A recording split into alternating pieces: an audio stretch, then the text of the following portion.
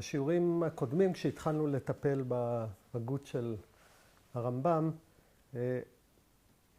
הקדמנו ואמרנו שהרמב"ם בעצם מנסה לחולל 3 תמורות מרכזיות בהגות היהודית. בתמורה הראשונה שטיפלנו בה בהרחבה, כאמור, כללה מפנה בתפיסת האלילות. הרמב"ם חשב ששאלת האלילות מופנמת אל האיקון המנטלי, אל הדימוי הפנימי שיש לאדם על אודות האל בראשו.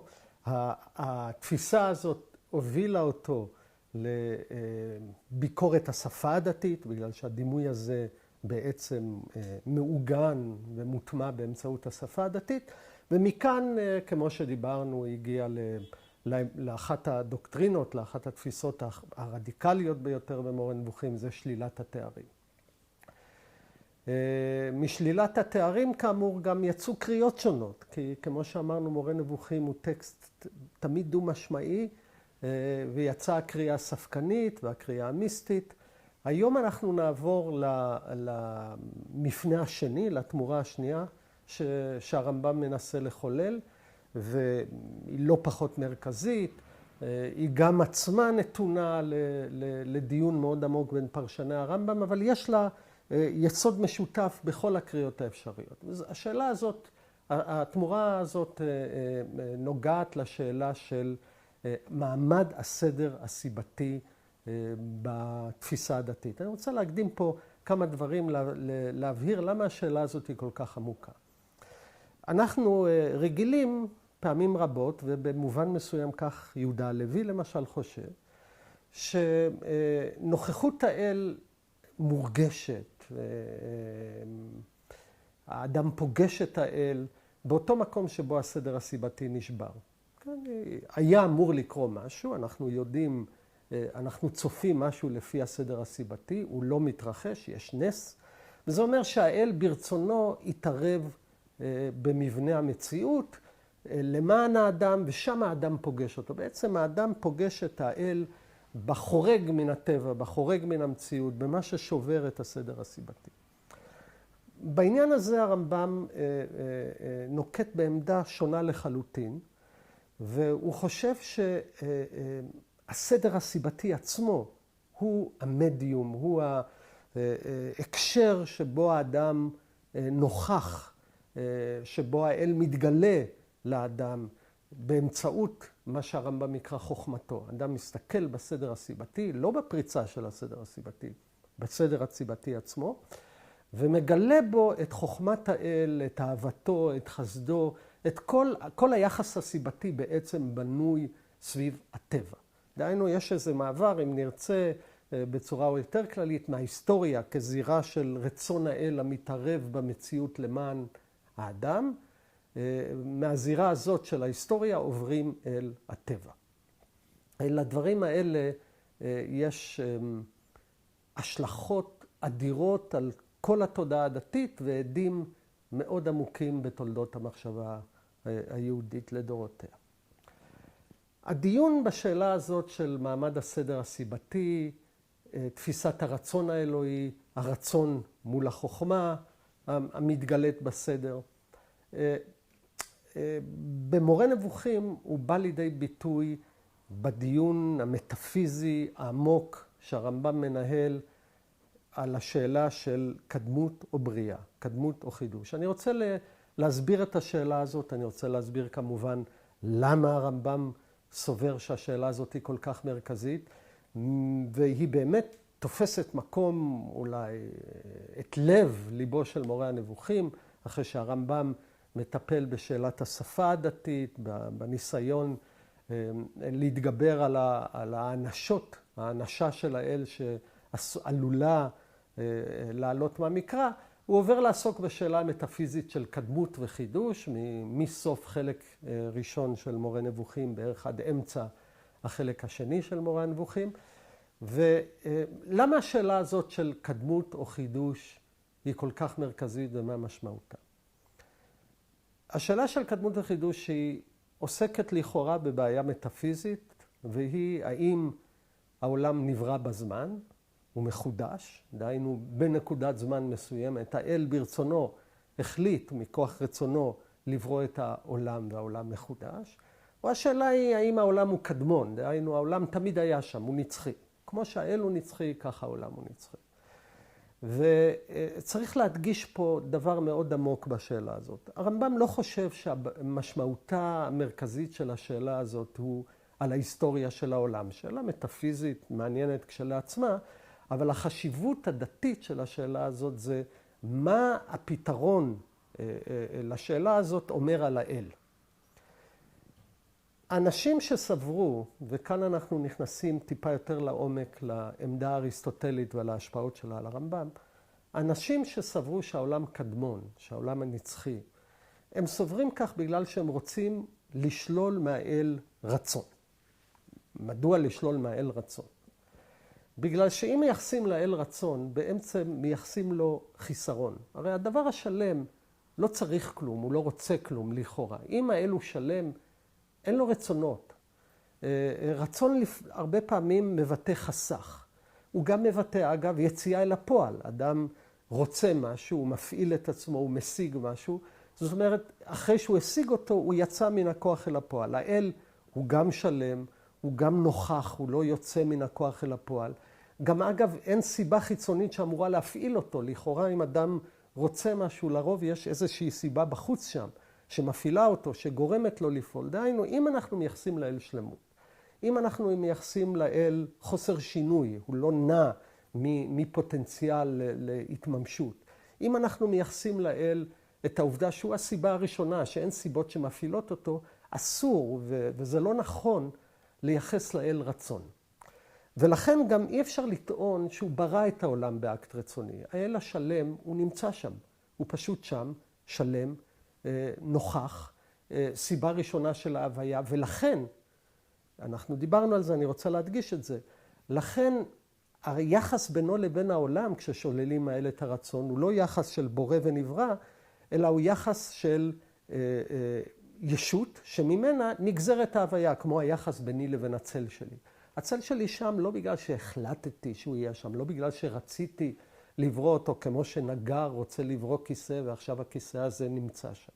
אלא מעצם עובדת היותי יש צל, מעצם עובדת היותה של השמש יש אור. העולם בעצם נוכח ונברא, לא, הוא נמצא שם בעולם לא בגלל החלטה רצונית של האל, אלא מעצם עובדת היות האל. כמו שמעצם עובדת היות השמש יש לנו אור. לכן השאלה של קדמות או חידוש היא בעצם שאלה מטאפיזית על אודות זמן העולם, אבל מסתתרת מאחריה שאלה בעלת משמעות דתית מאוד עמוקה, והיא העמדה ששוללת ייחוס רצון לאל, ולכן היא אומרת בעצם לא הייתה בריאה, העולם נמצא שם תמיד. אני רוצה להעיר, כששוללים רצון מהאל, כמובן לא מאפשרים את הבריאה, גם לא מאפשרים משהו הרבה יותר חשוב ליהדות. היהדות יכולה לחיות או להסתדר בלי בריאה, יש מאין, אפשר להגיד שהעולם היה קדמון. אגב, מי שמעיין בפסוקי בראשית יכול להגיד, כן, היה שם משהו לפני שהאל התחיל באקט הבריאה ובאקט היצירה. כן, בראשית ברא אלוהים את השמיים ואת הארץ, והארץ הייתה תוהו ובוהו וחושך על פני תהום, הייתה ארץ אולי. השאלה של האם היה עולם תמיד או שהוא כולו נברא יש מאין, היא שאלה מעניינת באסטרופיזיקה, בפירוש המקרא. הבעיה האמיתית היא ההתגלות. כי ברגע ששוללים מהאל רצון, דהיינו שאומרים שהעולם הוא קדמון, בעצם שוללים מהאל את אפשרות ההתגלות. כי ההתגלות עצמה, ההתגלות, שהיא בעצם בסיסה של דת ישראל, העובדה שהאל נגלה ונתן את תורתו, ההתגלות עצמה תלויה באקט רצוני. האל מרצונו, בכוחו המצווה, מורה לאדם באמצעות התגלותו מצוות, ועכשיו האדם נכנס, בא בברית עם האל ושומר את המצוות. כך שכשאומרים קדמות העולם, זה מין קוד כזה, לעובדה א' שאין לאל רצון, שאי אפשר לייחס לו רצון בגלל שזה פוגע בשלמות שלו, כי השלמות שלו היא בעצם נוכחות שלמה פעילה שממנה נובע העולם לא באקט רצוני. אז זה דבר אחד. א', אומרים שאין לאל רצון. ב', שוללים ממנו, שוללים לכאורה את אפשרות ההתגלות. אגב, יש עוד הרבה דברים שלכאורה הם בשר מבשרה, חלק ממהות תכני הדת, שהם לכאורה תלויים בהתערבויות רצוניות של האל בעולם. השגחה, האל גומל ומעניש, משלם שכר ומעניש, לכאורה זה פעולה רצונית. האדם טוב, הוא באקט רצוני נותן לו שכר, מעניש את הרשע. כל מושג ההשגחה לכאורה תלוי בעובדה שיש לאל רצון. כך גם מושג הנס. נס זה גם תלוי ברצונו של האל, התערבות רצונית של האל בבריאה. כך שאנחנו יכולים להבין ששאלת קדמות וחידוש, שאלה מטאפיזית כבירה, ואם נרצה אולי היא המקור העמוק ביותר למבוכה של המשכיל היהודי. כי אם המשכיל היהודי, זה שלומד אריסטו ולומד את המדע של זמנו, אומר, הפילוסופיה מחייבת אותי לשלול מהאל רצון, כדי אגב להגן על השלמות של האל, זה לא תפיסה אתאיסטית במובן הצר של המילה, זה תפיסה אחרת של השלמות של האל. אם אי אפשר לייחס לאל רצון, אי אפשר גם לייחס לו התגלות, אי אפשר לייחס לו השגחה. לתפילה גם אין פשר, כי הרי התפילה היא פנייה של האדם לשינוי רצונו של האל. האל לא משתנה, האל הוא נצחי. אם הדברים האלה נכונים, מה בעצם נשאר מדת ישראל הנורמטיבית? מה נשאר מעולם האמונה? פה הנבוך בעצם נמצא במבוכה אדירה, וכשהרמב"ם פונה לעסוק בשאלה של קדמות או חידוש, הרמב"ם בעצם אומר, נוגע, הייתי אומר, בשורש, או במימד העמוק ביותר של המבוכה במפגש בין תורה לחוכמה, בין תורה לפילוסופיה בימי הביניים. אז אנחנו מבינים מדוע הרמב"ם מקדיש לבעיה הזאת מאמץ כל כך רב, ומהו הפתרון של השאלה הזאת, זה כבר עניין מאוד עמוק לפרשני הרמב"ם. אני מתחיל בפתרון שנראה על פני השטח, הפתרון שהרמב"ם מציע במורה הנבוכים, נקרא לו הקריאה השמרנית של הרמב"ם, אחריה נציב קריאה אחרת. כשקוראים את הפרקים האלה, שוב, הם אגב הפרקים הטכניים ביותר, הפילוסופיים ביותר במורה נבוכים, הרמב"ם עושה את המאמץ הבא. הוא אומר, התבונה האנושית לא הצליחה להוכיח שהעולם הוא קדמון. במובן מסוים, אין לנו הוכחה לשאלה האם העולם נברא בזמן, או העולם הוא קדמון. הרמב"ם מעלה סדרה של טענות לעניין הזה, והוא אומר את הדבר הבא. טענה אחת, אני חושב, מרכזית ומעניינת, היא טוענת את הטענה הבאה. לכאורה, כדי להגיד שהעולם נברא או שהעולם הוא קדמון, אנחנו בעצם מסתכלים על הנתונים העכשוויים כאן ועכשיו, אנחנו מסתכלים על העולם איך שאנחנו רואים אותו, אין לנו עולם אחר, ואנחנו מנסים להסיק מההווה אל העבר. אנחנו אומרים, אם המציאות היא כזאת, אם כך וכך קורה, כנראה העולם נברא או העולם הוא קדמון וכו' וכו'. אומר הרמב"ם בעצם זאת פעולה באופן מדעי, מטאפיזי, שאי אפשר להגיע בה לאיזושהי הוכחה חותכת. הוא מביא משל מאוד מעניין, הוא אומר, נניח שלא היינו יודעים איך בני אדם נוצרים, איך בני אדם נולדים. היינו יושבים באי, לא ראינו אף פעם הריון, אנחנו שמה קבוצה של בני אדם, ומנסים לשאול את עצמנו ממצבנו הנוכחי, לשאול על בריאת האדם, איך אדם נולד. והיה בא מישהו מספר לנו שלידת האדם בתחילתו הוא בר קטן בתוך מיכל של מים, אין לו אוויר, הוא ניזון מאימו. היינו אומרים, אדם כזה אגב, בתנאים המוכרים לנו לא שורד רגע. אלא מאי? הבעיה היא שבעצם היכולת שלנו להסיק מהניסיון העכשווי אל העבר היא מוגבלת ביותר. ולכן הרמב"ם אומר, במובן מסוים, לתבונה יש מגבלה מאוד עמוקה בשאלה של קדמות וחידוש. האדם לא מסוגל להוכיח בשום מובן את ראשית העולם ממציאות העולם העכשווית. אגב, זה דומה למשהו אחר שאמר פילוסוף מאוד חשוב, דיוויד יום, על בעיית האינדוקציה, שהיא הפעם פונה אל העתיד. יש שאלה נורא מעניינת, פילוסופית. כמה אדם, הרי לכאורה מה שיש לנו זה את הניסיון העכשווי. וכמה אדם יכול להסיק מהניסיון העכשווי על העתיד. אנחנו הרי כל הזמן עושים תחזיות עתידיות על בסיס אינדוקטיבי של מה שהתרחש עד עכשיו. פה יש אגב כשל מובנה בגלל שאף פעם לא התנסינו בעתיד. אנחנו קצת דומים לבן אדם שנופל מגורד שחקים ואומר, כן, קומה ראשונה אני בסדר, קומה שנייה אני בסדר. יש לו אינדוקציה שהכל יהיה בסדר עד שהוא מגיע לתחתית, ואז דברים מאוד לא נעימים קורים. בעצם, מה אנחנו עושים? אנחנו גוזרים מאיזו רגולריות, אנחנו גוזרים מחזרה של פעולות שאנחנו רואים על בסיס הניסיון שלנו, חוק טבע. אנחנו קובעים שהסיבתיות הזאת תמשיך, ואנחנו צופים כל מיני דברים לגבי העתיד. אבל אין לנו התנסות בהמשך של המצב הסיבתי הזה לעד. לכן אומר הרמב"ם, במובן מסוים קצת כמו דיוויד יום, כמו שהעתיד שלנו בעצם לא ניתן לגזור אותו באופן מוחלט, גם את העבר אי אפשר לגזור מהניסיון העכשווי שלנו.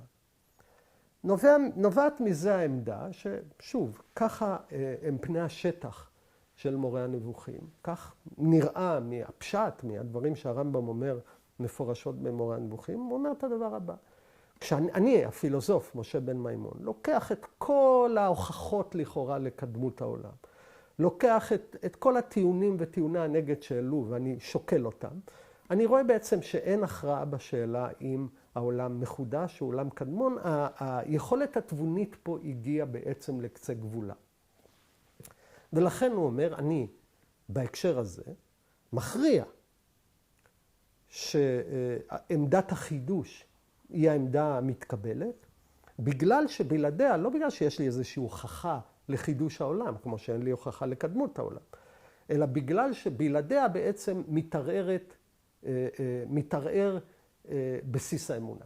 כן? אנחנו אומרים, אם היינו שוללים את חידוש העולם, היינו גם שוללים את ההתגלות, היינו שוללים את מתן תורה, לא היה נשאר שום דבר מסמכות הדעת, מסמכות ההתגלות שהיינו יכולים להגן עליו. לכן הרמב"ם אומר, אני נוקט בעמדת החידוש. זה מאוד מעניין. אני רוצה פה לחדד בשלב הזה את הנקודה הזאת.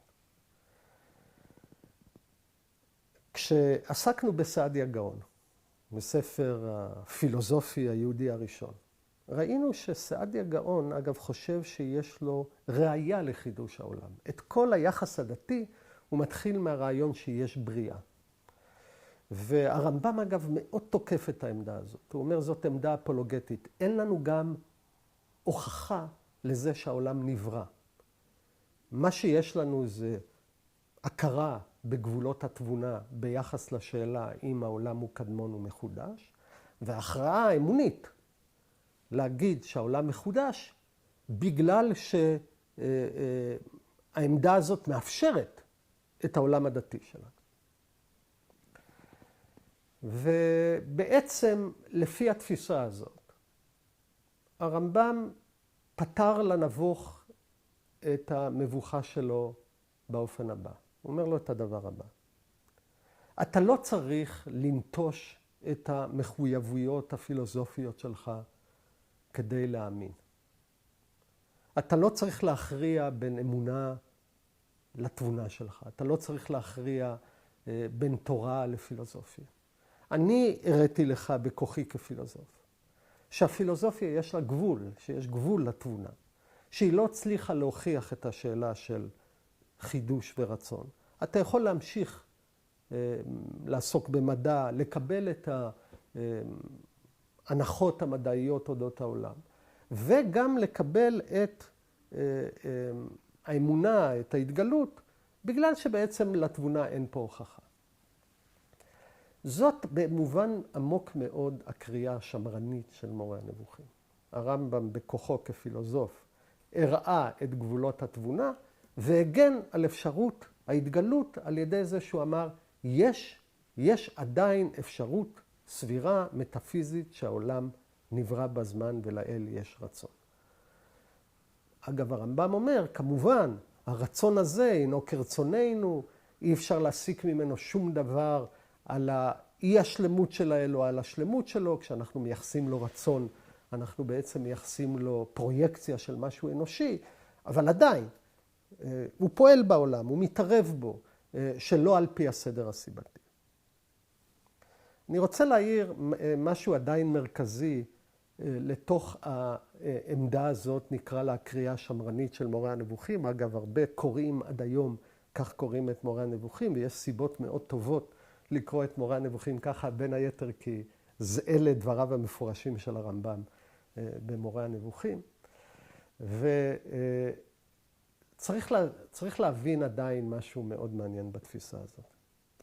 כשהרמב"ם אומר שהעולם מחודש, שיש אפשרות שהעולם מחודש, ושממילא גם יש אפשרות להתגלות, הוא עדיין לא אומר שמכאן ואילך הכל רצון. הוא אומר שהיה רגע של בריאה, תשתיתי, שהוא אקט רצוני, שממנו כונן סדר סיבתי קבוע, ואת הסדר הסיבתי הזה, מכאן ואילך, הוא הגילום של התגלות האל בעולם. דהיינו, זה שהיה אקט של כינון רצוני של העולם, עדיין לא אומר שמכאן ואילך האל מתערב בכל רגע ורגע, כל הזמן באקטים רצוניים, ואנחנו חיים בעולם של ניסים והשגחות, וכל הזמן צריכים לחפש את הנס כהד לקיומו של האל. לא. יש אקט מכונן של בריאה. יש אגב אקט מכונן של התגלות, כמו אקט המכונן של הבריאה כאקט רצוני, אבל מכאן ואילך עולם כמנהגו נוהג. יש סדר סיבתי. בסדר הסיבתי הזה מתגלה האל ברוב חוכמתו, ולכן, זה חשוב מאוד, לכן הרמב"ם ישלול, יש לו פרקים מאוד מעניינים במורה הנבוכים, את התפיסה של העולם יש סוף. דהיינו, זה נכון שיש לו התחלה, שהוא נברא באקט רצוני, אבל אי אפשר לטעון בתפיסה אפוקליפטית כזאת, שיבוא רגע מסוים שבו, בתפיסות משיחיות מאוד רדיקליות, שיבוא רגע מסוים שבו העולם נגמר, נהרס, ואז כן, עולם חדש נוצר על חורבות העולם הקודם, על חורבות הטבע הקודם. לעולם אין התחלה, יש התחלה, אבל אין לו קץ, אין לו סוף. הוא נמשך מכאן ואילך כטבע יציב המגלם את חוכמת האל. זאת בעצם במובן מסוים התפיסה השמרנית, הקריאה השמרנית, היא מגינה על מושג הבריאה, בעיקר היא מאפשרת את מושג ההתגלות, והיא מאפשרת לפילוסוף, לנבוך, להמשיך בעצם להימנעות שלו לתורה ולמצוות מצד אחד, ומצד שני להבין שבגלל הנאמנות הזאת הוא לא צריך לזנוח את כל, הייתי אומר, את כל ההוויה שלו כיצור חושב, את כל מה שהוא מכיר מן העולם. ההפך, במובן מסוים, ההכרות האלה יש משמעות, לסדר הטבעי אחרי אקט הבריאה יש משמעות, והרמב"ם יצר פה איזשהו מוצא מהמבוכה הזאת. בצד הקריאה השמרנית הזאת, ופה אנחנו נכנסים למהלך מאוד מעניין בתולדות הפירוש של המורה הנבוכים, יש לנו קריאה רדיקלית שאנחנו נצטרך לתת עליה את הדעת ולהבין אותה לעומק.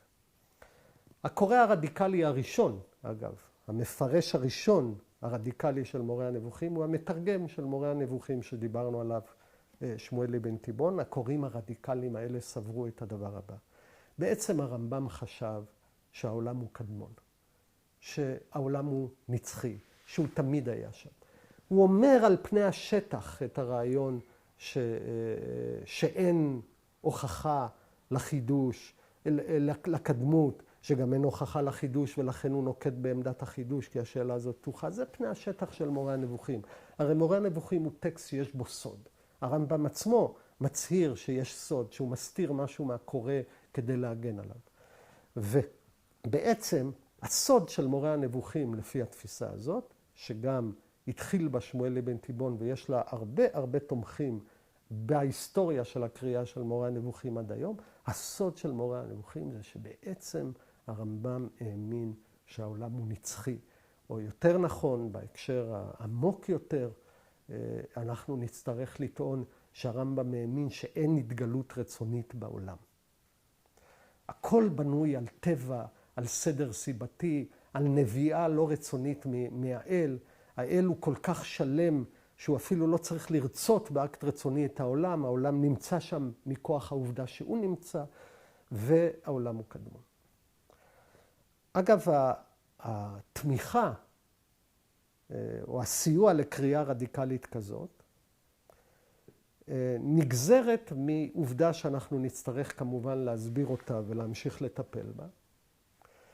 מעובדה מאוד מעניינת במורה הנבוכים. אחרי שהרמב"ם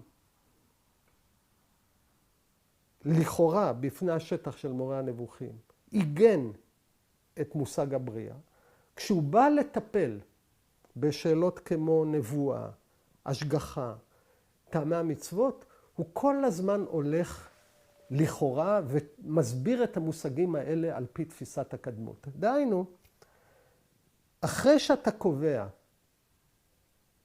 שהרמב"ם האמין שהעולם הוא נצחי, שהעולם הוא קדמון, האתגר הפרשני הגדול ביותר של מורה הנבוכים יהיה איך אני מסביר את מושגי היסוד של היהדות, התגלות, השגחה, מצוות, לפי התפיסה שהעולם הוא קדמון. דהיינו, ההישג הפילוסופי הגדול של מורה הנבוכים לפי התפיסה הזאת, זה שהרמב"ם בא לנבוך ואמר לו, תראה, אתה חושב שברגע שהאמנת בזה שהעולם הוא קדמון, ושללת ייחוס רצון לאל, אתה לא יכול להיות יותר יהודי?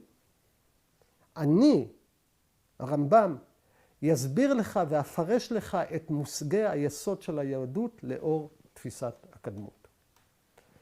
ואנחנו נצטרך, כמובן בעקבות הרמב"ם, לשאול איך הרמב"ם מבין את מושג הנבואה, את מושג ההשגחה, את תפיסת המצוות לאור העמדה הזאת. דהיינו, מה יש לנו כאן בינתיים?